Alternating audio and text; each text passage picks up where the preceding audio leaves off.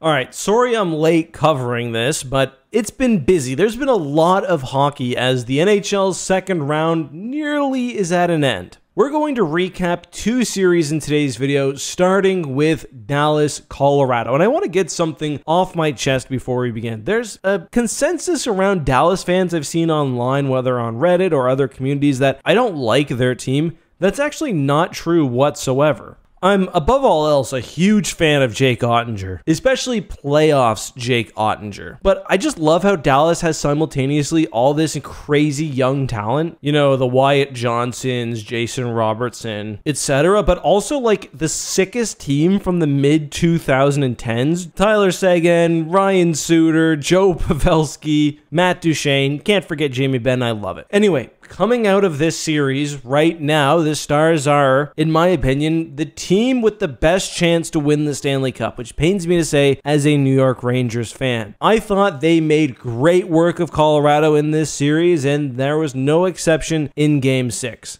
Colorado down one Valeri Nichushkin, and with their life on the line was fighting, but in the second overtime, Dallas, let's be honest, they scored twice. With 7 minutes left in overtime, a goal by Mason Marchment was waved off due to goalie interference, and this has drew the ire of pretty much the entire NHL viewing base. Shayna Goldman had a good article for The Athletic on the NHL's goalie interference problem. I think I did a good job as well breaking down some of the issues with the rule in an earlier video I did this past week. Makar pushes Duchene into Georgiev. It's like a very slight nudge, and the goal is waved off. Making matters worse, Georgiev was also sort of moving out of the crease. I don't know, like, there needs to be a concrete standard that fans can understand for what constitutes goalie interference, because right now in the NHL rulebook, it's basically impeding a goalie's ability to hold their position, which it's just not good enough. There needs to be a better explanation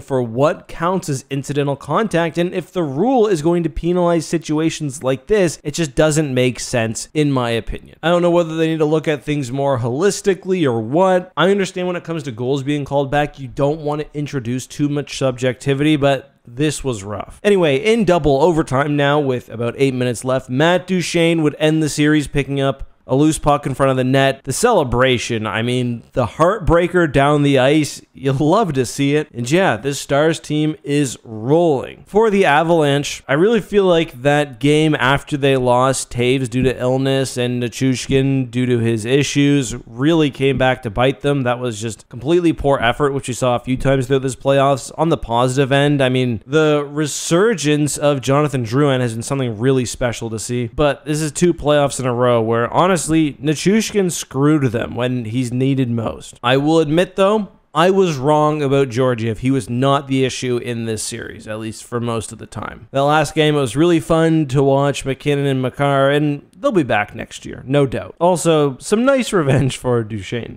Anyway, the other series, Boston, Florida. To me, I don't know. I'm just gonna briefly talk about this one. It never really felt like Boston had a chance. Obviously, big surprise with game 1. But otherwise, to me, it felt like this was Swayman pulling the team through the series. Boston just doesn't have the same sort of firepower that Florida does, and that's not surprising. Boston, you know, they just lost their top 2 centers, Bergeron and Krejci. Pasternak, to me, for both this series and the Toronto one, at times seemed just not right. There were times where he showed up, but I don't know. To me, he's probably dealing with something. But if you look at that forward core, I honestly think making it to the 3rd round would have been an overperformance. And Florida, honestly, like, the star power they have is unreal. Tkachuk, Verhaeghe, Barkov, Reinhart, Lindell, all near a point a game in these playoffs. I'm then talk about just the rest of the roster. Sam Bennett, they have Tarasenko this year, Brandon Montour on defense. It's insane. Add in the talents of Bobrovsky, and this is a dangerous team. I think the Rangers, as much as I adore the team, is going to struggle against the Panthers. They've not played any team with the sort of offensive output we're looking at here. But that's my look at the series that we now have answers to. All that's remaining is a Game 7 between Vancouver and Edmonton, and man, that is exciting. That's all I've got for today, though, guys. See you soon.